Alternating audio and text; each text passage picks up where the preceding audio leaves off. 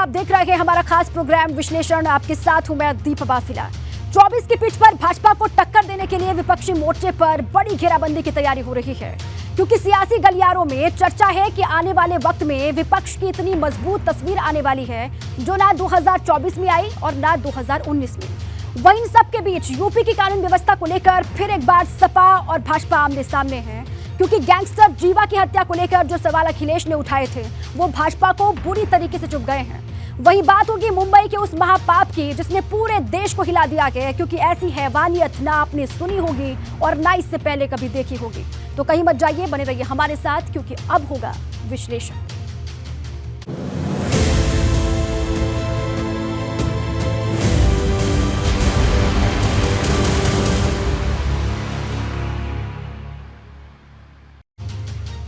और आज विश्लेषण में सबसे पहले बात 450 सीट पर घेराबंदी का प्लान। पटना से होगा महागठबंधन का ऐलान, क्योंकि 23 जून को बिहार की राजधानी पटना में विपक्षी एकता की बड़ी बैठक होने वाली है, जिसमें नीतीश कुमार ने विपक्ष के 20 से ज्यादा ऐसे दलों के नेताओं को बुलाया है जिनकी अपने अपने राज्यों में भाजपा से सीधी लड़ाई है।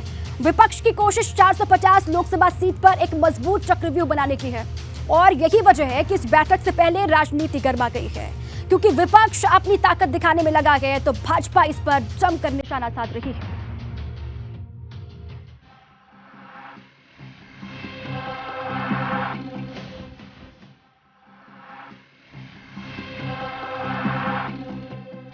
चौबीस की लड़ाई का सबसे बड़ा ट्रेलर 23 जून को रिलीज होगी पिक्चर। 450 सीट पर घेराबंदी का प्लान, पटना से होगा महागठबंधन का ऐलान।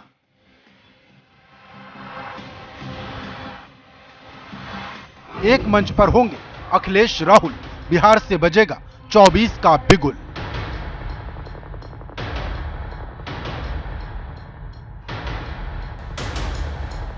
चौबीस की चुनावी पिच पर भाजपा को घेरने के लिए विपक्ष जो रणनीति बना रहा है उसकी नई तारीख आ गई है, क्योंकि विपक्षी एकता जो बैठक पहले 12 जून को करने वाली थी वो अब 23 जून को पटना में ही होगी। इस बैठक के लिए बिहार में जोर शोर से तैयारी चल रही। इसमें 20 से ज्यादा छोटे बड़े दलों के ऐसे नेताओं को बुलाया गया है जिनका लोकसभा की 450 सीटों पर या तो प्रभाव है या फिर इनकी भाजपा से इन सीटों पर सीधी लड़ाई है। यूपी से इस बैठक के लिए समाजवादी पार्टी के मुखिया अखिलेश यादव और रालोद अध्यक्ष जयंत चौधरी को बुलाया गया है। ये लगभग 450 के करीब लोकसभा सीटों के नेता हैं, मुख्यमंत्री हैं या पार्टियों के अध्यक्ष हैं। तो ये 23 तारीख की बैठक ये प्रारंभिक बैठक है। समाजवादी पार्टी और उसके प्रमुख श्री अखिलेश यादव जी, जयंत चौधरी जी, इन दोनों दलों को प्रारंभिक दौर में हमने बुलाया है। विपक्ष की इस बैठक में उत्तर प्रदेश से समाजवादी पार्टी के मुखिया अखिलेश यादव शामिल होंगे, तो वहीं आरएलडी प्रमुख जयंत चौधरी भी इस बैठक में शामिल होंगे। जाहिर सी बात है, पटना में 450 सीट जीतने का प्लान तैयार होगा, लेकिन बीजेपी साफ तौर पर कह रही है कि कम से कम उत्तर प्रदेश में बीजेपी इस बार 80 के 80 लोकसभा सीटें जीतेगी। विपक्ष के जो नेता एक साथ आ रहे हैं उनमें से ज्यादातर का जनाधार यूपी में है ही नहीं। पटना में होने वाली इस बैठक की जिम्मेदारी खुद बिहार के सीएम नीतीश कुमार ने संभाली है। इसमें कई पार्टियों के मुखिया और कई राज्यों के सीएम के शामिल होने की बात कही जा रही, यानी 2024 से पहले विपक्ष को एक साथ एक मंच पर लाने की तैयारी है। और सबसे बड़ी बात यह है कि इस बैठक में कांग्रेस की तरफ से मल्लिकार्जुन खड़गे और राहुल गांधी भी शामिल होंगे। ये विपक्ष की इस प्रकार की बैठकें ये कोई नई बात नहीं है। 2019 का चुनाव जब आया था उससे पहले भी इसी प्रकार की बैठकें हो रही थी, और ये सारे वो विपक्षी दल जिनकी विचारधारा मेल नहीं खाती है, इसके बाद में भी इनका अभियान रहता है माननीय प्रधानमंत्री मोदी को रोकने का। मोदी रोको, मोदी रोको, लेकिन इनके रोकने से मोदी रुकने वाले नहीं हैं। देश की 142 करोड़ जनता का आशीर्वाद माननीय प्रधानमंत्री मोदी के साथ में है। वहीं इन सबके बीच विपक्ष की बैठक में मायावती को नहीं बुलाने पर भी खूब सियासत गर्म है। भाजपा इसे हवा देकर विपक्षी एकता पर सवाल उठा रही, जबकि जेडीयू इस पर यह कहते हुए तर्क दे रही कि बसपा केंद्र सरकार के खिलाफ नहीं, वो हर मोर्चे पर भाजपा के साथ खड़ी है। अगर बसपा भाजपा की मुखालफत करेगी तो विपक्षी धड़ा बसपा के बारे में विचार करेगा। बसपा उत्तर प्रदेश की प्रमुख पार्टी है, लेकिन बसपा को विपक्षी नेता अपने से अलग रख रहे हैं। कर्नाटका में भी शपथ ग्रहण समारोह हुआ, वहां पे आमंत्रित नहीं किया गया, और पटना में जो बैठक हो रही है वहां पे भी आमंत्रित नहीं किया जा रहा। अखिलेश यादव आपकी बी टीम बताते हैं। देखिए, अभी आने दीजिए समय, अभी पता नहीं क्या क्या सामने आने वाला है। आप चिंता न करें, आने वाले समय में 2019 से भी ज़्यादा प्रचंड भावों से आदरणीय प्रधानमंत्री मोदी जी फिर से प्रधानमंत्री बनने वाले हैं। बसपा पिछले लोकसभा चुनाव में सपा और लोकदल की स्वाभाविक मित्र थी, लेकिन उनकी अध्यक्षा मायावती जी एक बार नहीं कई अवसरों पर दोहरा चुकी हैं कि ऐसे किसी गठबंधन में आने की ना उनकी इच्छा है ना इरादा है। अगर वो भारतीय जनता पार्टी के विरुद्ध किसी ऐसे मोर्चे में आना चाहेंगी तो मोर्चे के नेता बैठ करके निर्णय लेंगे। पार्टी के नेता साफ तौर पर कह रहे हैं कि उत्तर प्रदेश में ही नहीं बल्कि देश के अलग अलग राज्यों में बहुजन समाज पार्टी का जनाधार है, अपना वोट बैंक है, जबकि तमाम ऐसे दल हैं जिनका उत्तर प्रदेश में ना कोई जनाधार है ना ही उनका वोट बैंक है। वहीं बीजेपी इस बैठक पर साफ तौर पर कह रही है कि चाहे मायावती हो, अखिलेश यादव हो, तीसरा मोर्चा हो, कोई कितनी भी कवायद कर ले, लेकिन इस बार उत्तर प्रदेश की सभी लोकसभा सीटें बीजेपी के ही खाते में आएंगी। अब सबकी नजर 23 जून को होने वाली बैठक पर टिकी है, क्योंकि ये विपक्ष को एक मंच पर लाने की चौथी कोशिश है। इससे पहले 3 बैठक रद्द हो चुकी है। वहीं 2017 के बाद ये पहला मौका होगा जब एक मंच पर राहुल गांधी और अखिलेश का आमना सामना होगा। लेकिन बड़ा सवाल ये है कि विपक्ष की तरफ से वो चेहरा किसका होगा जिसके दम पर विपक्ष 24 में पीएम मोदी को चुनौती देगा, क्योंकि राहुल गांधी की सदस्यता जाने के बाद वो 8 साल तक चुनाव नहीं लड़ सकते, जबकि नीतीश कुमार पहले ही कह चुके हैं कि वो पीएम पद के उम्मीदवार नहीं, वो सिर्फ विपक्ष को एकजुट करने में लगे हैं। ऐसे में विपक्ष की तरफ से चेहरे को लेकर सस्पेंस और ज्यादा बड़ा हो गया है, और उससे भी बड़ा सवाल ये कि जो चेहरा होगा उस पर क्या समूचा विपक्ष एक मत होगा।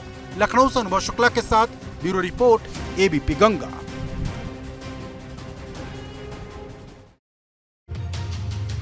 तो पटना में विपक्ष खुद को एक मंच पर लाकर 24 का बिगुल बजाने जा रहा है, लेकिन विपक्ष का 450 सीट वाला प्लान क्या है, इसे भी समझ लीजिए।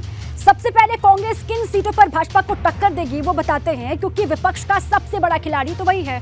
24 के लिए विपक्ष का 450 सीट वाला प्लान, ये समझिए आप। कांग्रेस कहां पर असर डालती है। मध्य प्रदेश की 29 सीट पर सीधा मुकाबला है बीजेपी के साथ में, कर्नाटक की 28 सीट पर, गुजरात की 26 सीट पर, राजस्थान की 25 सीट आप देख रहे हैं, असम की 14 सीट पर, छत्तीसगढ़ की 11 सीट पर, हरियाणा 10 सीट, उत्तराखंड में 5 सीट और हिमाचल प्रदेश में 4 सीट पर सीधा मुकाबला है बीजेपी और कांग्रेस के बीच में। कुल मिलाकर ये सीटें हो जाती है 152, जहां पर भाजपा से कांग्रेस की सीधी टक्कर है। और देखिए, आप क्षेत्रीय दलों की बात कर लीजिए। कांग्रेस, एनसीपी, शिवसेना महाराष्ट्र की 48 सीट पर असर डालती है।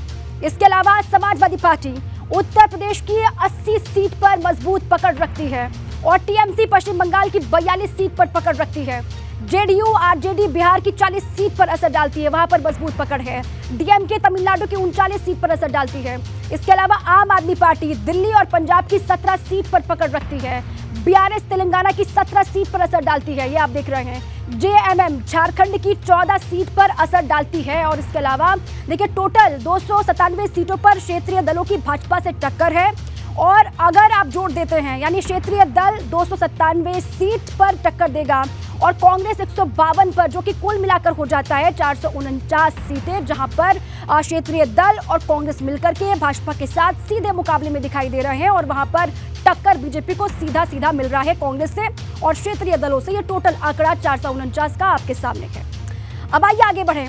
अब बात लाइट कैमरा एक्शन, कानून व्यवस्था पर सियासी टेंशन, क्योंकि जिस तरह से गैंगस्टर जीवा की लखनऊ के भरे कोर्ट रूम में हत्या हुई, उस पर जमकर सियासत हो रही है, क्योंकि हमलावर ने कोर्ट में वकील के भेष में जीवा पर गोली चलाई थी, जिसको लेकर समाजवादी पार्टी के मुखिया अखिलेश यादव ने निशाना साधा, तो भाजपा भी तुरंत पलटवार के मोड में आ गई।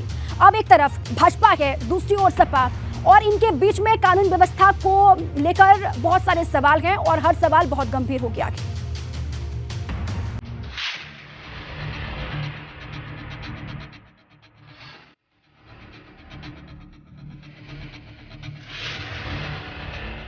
लाइट कैमरा एक्शन, कानून व्यवस्था पर सियासी टेंशन। कोर्ट में जीवा को गोली मारी, यूपी में सियासत भारी। गैंगस्टर जीवा की हत्या के बाद से यूपी में सियासत 7वें आसमान पर है, क्योंकि कोर्ट में हुए गोलीकांड के बाद विपक्ष कानून व्यवस्था को लेकर हमलावर है। कहीं महिलाएं और बेटियां हैं तो वो लखनऊ में हैं, पूरे उत्तर प्रदेश में हैं। हर दिन हमें खबरें मिलती हैं। अब मैं अगर खबरें ये वो हैं जो दिखा सकते हैं आपको, आज की अगर हम दिखाएं पूरे लखनऊ की या पूरे उत्तर प्रदेश की खबरें, क्या ये वही उत्तर प्रदेश है जिसका भारतीय जनता पार्टी दावा करती है कि यहां पर सबसे ज्यादा सुरक्षित महिलाएं हैं? क्या ये लोग टिफिन लेकर के निकले हैं? क्या इनको जिले जिले में लॉ एंड ऑर्डर की घटनाएं नहीं पता लग रही? क्या लॉ एंड ऑर्डर है? लेकिन जिस तरह से अखिलेश यादव ने कानून व्यवस्था के मोर्चे पर सरकार को फेल बताया, उससे भाजपा अखिलेश यादव पर पलटवार करने लगी। वहीं डिप्टी सीएम ब्रजेश पाठक और भाजपा सांसद सुब्रत पाठक को अखिलेश की बात बुरी तरह चुभ गई। अखिलेश यादव से कहिएगा अपने गिरेबान में झांके। 17 से पहले उत्तर प्रदेश को अपराधियों का चरागाह बना करके छोड़ा था समाजवादी पार्टी ने। 100 बिल चूहे खा के बिल्ली हज को चली वाली कहावत को चरितार्थ समाजवादी पार्टी कर रही है। क्या जस्टिफाई कर रहा है? बिल्कुल नहीं जस्टिफाई कर रहा हूँ। सभी आपराधिक घटनाओं को गंभीरता से लेता हूँ और कड़ाई से कार्रवाई करूंगा। इसमें जो भी पर्दे के पीछे लोग होंगे उनको छोड़ेंगे नहीं, कड़ी कार्रवाई करेंगे। अब देखो, अब विपक्ष कह रहा है कि मुख्यमंत्री आवास पे इसकी रचना रची गई, ऐसा उन्होंने कहा। अखिलेश जी ने मुझे कोई बता रहा था। तो भाई अगर वो आप सवाल खड़े करोगे तो आपके ऊपर सवाल नहीं खड़े होंगे क्या? तो कुल मिलाकर अखिलेश जी आज उनके सामने अपने आप को बौना महसूस कर रहे हैं। तो क्या ये भी एक प्रश्न तो हो ही सकता है, क्या ऐसा तो नहीं कि अखिलेश जी उनकी छवि खराब कराना चाहते हैं, तो इसलिए इस तरीके की घटना घटी। समाजवादी पार्टी इस हत्याकांड को लेकर जहां कानून व्यवस्था का मुद्दा बनाकर सरकार को घेरने में जुटी है, तो वहीं बीजेपी समाजवादी पार्टी पर हमलावर है। बीजेपी साफ तौर पर कह रही है कि दरअसल ऐसे जो माफिया हैं, गुंडे हैं, अपराधी हैं, उन्हें संरक्षण देने का काम सपा की सरकार में हुआ। जितने सवाल कानून व्यवस्था पर उठ रहे हैं, उतने ही सवाल पुलिस की भूमिका पर भी हैं, क्योंकि जीवा कुख्यात अपराधी था। उसका नाम भाजपा नेता ब्रह्मदत्त द्विवेदी कृष्णानंद राय की हत्या के साथ साथ दर्जनों अपराध से जुड़ा हुआ था। उसे जब भी पेशी के लिए लाया जाता था, बुलेट प्रूफ जैकेट पहनाकर लाया जाता था, लेकिन बुधवार को उसे बिना बुलेट प्रूफ जैकेट के ही लाया गया। इसे आप इन तस्वीरों से भी समझ सकते हैं कि पहले की पेशी में जीवा बुलेट प्रूफ जैकेट पहना हुआ है। ऐसे में सवाल बड़ा है कि आखिर इस बार जब जीवा को पेशी के लिए लाया गया तो उसे बुलेट प्रूफ जैकेट में क्यों नहीं लाया गया? वहीं एक सवाल ये भी है कि जीवा को गोलियों से छलनी करने वाला विजय लाल यादव किसी के इशारे पर काम कर रहा था या फिर जीवा से उसकी कोई निजी दुश्मनी थी? क्योंकि विजय यादव ने पुलिस को पूछताछ में अकेले ही पूरी वारदात को अंजाम देने की बात कही, लेकिन पुलिस को शक है कि उसके साथ कोई दूसरा साथी भी था जो जीवा की हत्या के वक्त कोर्ट रूम में मौजूद था, जिसकी तलाश पुलिस सीसीटीवी कैमरे की मदद से कर रही है। तमाम और लिंक सामने आएंगे, ये पता चलेगा कि आखिर विजय यादव को गाड़ी किसने दी। क्या वो उसकी खुद की गाड़ी थी या किसी ने उसको गाड़ी मुहैया कराई है? उस गाड़ी के नंबर के आधार पर, रजिस्ट्रेशन के आधार पर पुलिस उसके मालिक तक पहुंचेगी और उसके बाद तमाम और जानकारियां सामने आएंगी। ये भी पता चला था कि गाड़ी देने वाले ने ही उसको पिस्टल रिवॉल्वर भी दी थी। जिस रिवॉल्वर से विजय यादव ने गोलियां चलाई थी, वो रिवॉल्वर भी गाड़ी देने वाले ने ही दी थी। इस बात की सच्चाई भी गाड़ी का पता चलने के बाद सामने आएगी। जीवा को मारने वाला विजय यादव मोहरा था या खुद अपना बॉस, ये पुलिस की जांच में साफ हो जाएगा। लेकिन लोगों के दिलों से डर कैसे निकलेगा? क्योंकि अतीक अहमद हो या फिर जीवा, दोनों की हत्या पुलिस कस्टडी के दौरान हुई। अगर बदमाशों में पुलिस का ही खौफ नहीं होगा तो किसका होगा? लखनऊ से अनुभव शुक्ला के साथ ब्यूरो रिपोर्ट, एबीपी गंगा।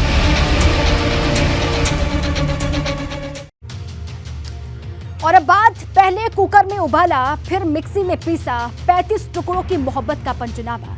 क्योंकि जिस माया नगरी की तस्वीर चकाचौंध से भर देती है, उसी मुंबई की मीरा रोड से हैवानियत की ऐसी तस्वीर आई है जिसने मोहब्बत के टुकड़े टुकड़े कर दिए हैं। इस रिपोर्ट को देखकर हो सकता है कि आपकी रूह कांप जाए, लेकिन देखना बहुत जरूरी है क्योंकि जो मुंबई में हुआ है वो कहीं भी हो सकता है।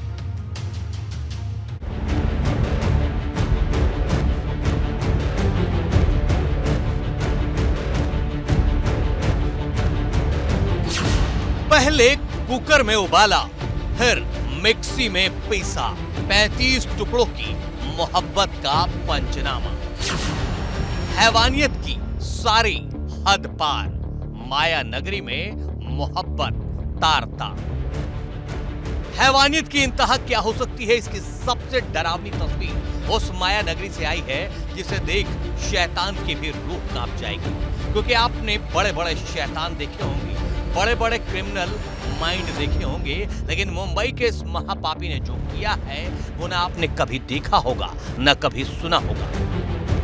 क्योंकि आपने प्रेमिका को टुकड़े टुकड़े कर काट डालने वाली हैवानियत देखी होगी, तंदूर में जला देने वाले जल्लाद के बारे में सुना होगा, गोलियों से छलनी कर देने वाली कहानी सुनी होगी, लेकिन ऐसा शैतान आज तक नहीं देखा होगा जिसने अपनी लिव इन पार्टनर को न सिर्फ पहले मारा बल्कि उसे 35 टुकड़ों में बांटा, फिर उसे कुकर में उबाला और मिक्सी में पीसा। नॉर्मल थे वो, फैमिलियर थे नहीं, वो अपने से अपने मतलब रखते थे। 3 साल से मेरे को नाम भी नहीं मालूम था उनका क्या है। और सर कुछ फैमिलियर थे नहीं, कोई फेस्टिवल कोई त्यौहार में कोई बाहर नहीं आते थे, वो अपने रूम में ही रहते थे। मंडे इवनिंग या ट्यूसडे मॉर्निंग तक एक स्मेल आ रही थी, जैसे चूहा मर जाता है ना वैसे स्मेल आ रही थी। हम तो कभी ऐसे सोचे भी नहीं थी कि कभी ऐसा अपने घर के बाजू में होगा। हमें लगा कि नॉर्मली कोई चूहा मर गया रहेगा, तो ये सब चीज़ें तो हमने खाली टीवी और सीरीज में देखी है कि ऐसा चीज़ें होती है, हमने लाइव तो कभी देखा नहीं था। ये रूह कपा देने वाली, इंसानियत से भरोसा उठा देने वाली, इंसान का शैतानी रूप दिखा देने वाली वो कहानी है जिसने पूरे देश को हिला दिया है। ये कांड मुंबई के मीरा रोड इलाके की आकाशदीप सोसाइटी के फ्लैट नंबर 704 में हुआ है। इसी फ्लैट में 56 साल का मनोज सा ने अपने से करीब 20 साल छोटी महिला सरस्वती वैद्य के साथ लिव इन में रहता था। फ्लैट नंबर 704 ये वही फ्लैट है जिसमें मनोज साने और सरस्वती वैद्य रहते थे। मनोज साने और सरस्वती पिछले 3 साल से लिव इन रिलेशनशिप में रह रहे हैं और इसी फ्लैट में कल ऐसी घटना सामने आई है जिसने सभी को चौंका दिया है। मनोज साने ने बेरहमी से सरस्वती की हत्या की और उसका शव ठिकाने लगाने के लिए उसे कटर से कई बार काटा और साथ में ये भी जानकारी सामने आ रही है कि प्रेशर कुकर में मनोज साने ने इसी घर में उस शव के जो टुकड़े हैं उसे बॉईल किया और फिर उसे पीसा और फिर उसे बाहर फेंक दिया, नाले में फेंक दिया। पुलिस की माने तो ये कपल पिछले 3 साल से इसी फ्लैट में लिव इन रिलेशनशिप में रह रहा था, लेकिन बुधवार को जब बिल्डिंग में रहने वाले पड़ोसियों को फ्लैट से बदबू आने लगी तो इसकी जानकारी पुलिस को दी, लेकिन जब पुलिस ने दरवाजा खोला उसका दिमाग पूरी तरह से हिल गया क्योंकि फ्लैट के अंदर की तस्वीरें रूह कपाने वाली थी। मौके पे पुलिस ने आके यहाँ पे दरवाजा खोला तो एक लाश मिली है जिसमें उसके पीसेस किए गए मिले हैं। इसमें जो लिव इन रिलेशन में कपल था जो कि बंदा है मनोज सानी करके और उसकी वाइफ थी वह सरस्वती वैद्य करके। सरस्वती वैद्य की उसने हत्या की है और उसमें उसका डिस्पोज ऑफ करने के लिए उसका पीसेस करने का ट्राई किया है, ऐसा प्राइमरी इन्वेस्टिगेशन में निष्पन्न हुआ है। अभी ये नयानगर पुलिस स्टेशन में इस पे ऊपर गुना दाखिल करने की प्रक्रिया चालू है। जब इसकी जानकारी अगर बात करें मुंबई पुलिस की हुई तो उसने तत्काल पहुंच करके व्यक्ति को गिरफ्तार किया है और मामले की जांच अब चल रही है। जाहिर तौर से बात है जब मनोज साने ने इस पूरी घटना को अंजाम दिया तो उसके बाद उसके घर से जिस तरीके से बदबू आई, उसके बाद पड़ोसियों ने शिकायत जब दर्ज कराई तब पुलिस मौके पर पहुंची और जब मौके पर पहुंची तो वहां पे डेड बॉडी सरीखा कुछ रिकवर हुआ, जिसके बाद जब पुलिस ने कड़ाई से पूछताछ की तो मनोज साने ने अपना गुनाह कबूल किया है। जब पुलिस ने इस हत्यारे से सख्ती से पूछताछ की उसे अपना गुनाह तुरंत कबूल कर लिया। माया नगरी के इस हत्याकांड पर राजनीति भी खूब गर्म है, लेकिन इस हैवानियत को न तो धर्म के चश्मे से देखना चाहिए न सियासत के, क्योंकि ऐसा शैतान कहीं भी हो सकता है। अगर कुछ जरूरत है तो सतर्क और सावधान रहने की। Bureau report, ABP Ganga. अब बात ऑनलाइन गेमिंग को बनाया हथियार, धर्मांतरण की साजिश बॉर्डर पर। क्योंकि ऑनलाइन गेमिंग के जरिए नाबालिग बच्चों का ब्रेन वॉश किया जा रहा है, उन्हें धर्म परिवर्तन के लिए उकसाया जा रहा है। गाजियाबाद में जो खुलासा हुआ है अब उसकी व्हाट्सएप चैट सामने आई है जिसने साजिश के तार खोल दिए हैं जो पाकिस्तान तक फैले हुए नजर आ रहे हैं।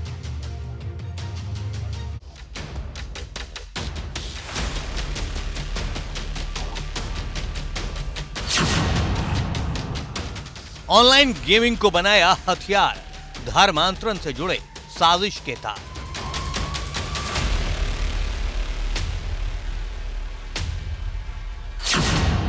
नाबालिग बच्चों का ब्रेन वॉश, ऑनलाइन बनाते थे दोस्त। दिल्ली से सटे गाजियाबाद में ऑनलाइन गेमिंग की आड़ में धर्म परिवर्तन का खुलासा हुआ तो हड़कंप मच गया। पुलिस ने इस मामले में गाजियाबाद में ही एक मस्जिद के मौलवी अब्दुल रहमान उर्फ नन्नी को गिरफ्तार किया है। पुलिस की माने तो आरोपी अब्दुल ने खुलासा किया है कि वो गैर मुस्लिम लड़कों को इस्लाम के बारे में जानकारी देता था। अब इसी को लेकर अब्दुल उर्फ नन्नी की कुछ चैट सामने आई है जो बेहद चौंकाने वाले हैं। इनमें नन्नी नाबालिग बच्चों का ब्रेन वॉश कर रहा है, जिसमें वो बच्चों से तरावीह की नमाज पढ़ने के बारे में पूछता है। इन चैट्स में कुछ अन्य नंबरों पर भी नाबालिग को दुआ पढ़ने और उसके फायदे के बारे में समझाया जा रहा है। इस चैट ने जिहाद की इंटरनेशनल साजिश की पोल खोल दी है, ऑनलाइन गेम के खेल का खुलासा कर दिया है। जरा इस चैट को पढ़िए। इसमें लिखा है, भाई मेरे, सबसे बड़ा गुनाह है नमाज को छोड़ना। नमाज को छोड़ना तुम्हें गैर मुस्लिम बनाता है। मुझे तुमसे ये उम्मीद नहीं थी। एबीपी गंगा के पास धर्मांतरण से जुड़े इस चैट का एक्सक्लूसिव वीडियो है। शाहनवाज उर्फ बद्दू की व्हाट्सएप चैट में साफ साफ दिखाई दे रहा है कि वो धर्मांतरण के लिए दबाव बना रहा था। इसी चैट में आगे लिखा है, कुरान पढ़, सहाबा की स्टोरीज पढ़, कुछ कर ले, तेरे को शर्म तो आनी चाहिए। अगर थोड़ा सा भी ईमान है तो कुरान को पढ़। इस चैट के सामने आने के बाद से पुलिस ने शाहनवाज और बद्दू की तलाश शुरू कर दी है। अब सवाल है कि कितने बच्चों तक जिहादियों की पहुंच है और कितने बच्चे इस गेम को खेल रहे हैं, क्योंकि इस गैंग पर करीब 400 लोगों के धर्मांतरण के आरोप की बात कही जा रही है। कहा यह भी जा रहा है कि इस पूरे मामले के तार अब गाजियाबाद से लेकर महाराष्ट्र के मुंब्रा तक फैल चुके हैं। इस मामले में पाकिस्तान का कनेक्शन भी सामने आया था। बताया गया कि बच्चों को एक पाकिस्तानी चैनल यूथ क्लब दिखाया जाता था, जिसमें पाकिस्तानी धर्मगुरु मौलाना तारिक जमील और कट्टरपंथी इस्लामिक उपदेशक डॉक्टर जाकिर नायक के भड़काऊ वीडियो शेयर किए जाते थे। इन वीडियोस को देखने के लिए उन्हें मजबूर किया जाता था। उन्हें यह बताया जाता था कि इस्लाम दूसरे सभी धर्मों के मुकाबले बेहतर है। अब इस खुलासे के बाद पुलिस इस गैंग के तह तक पहुंचने में जुटी है। Bureau report, ABP Ganga.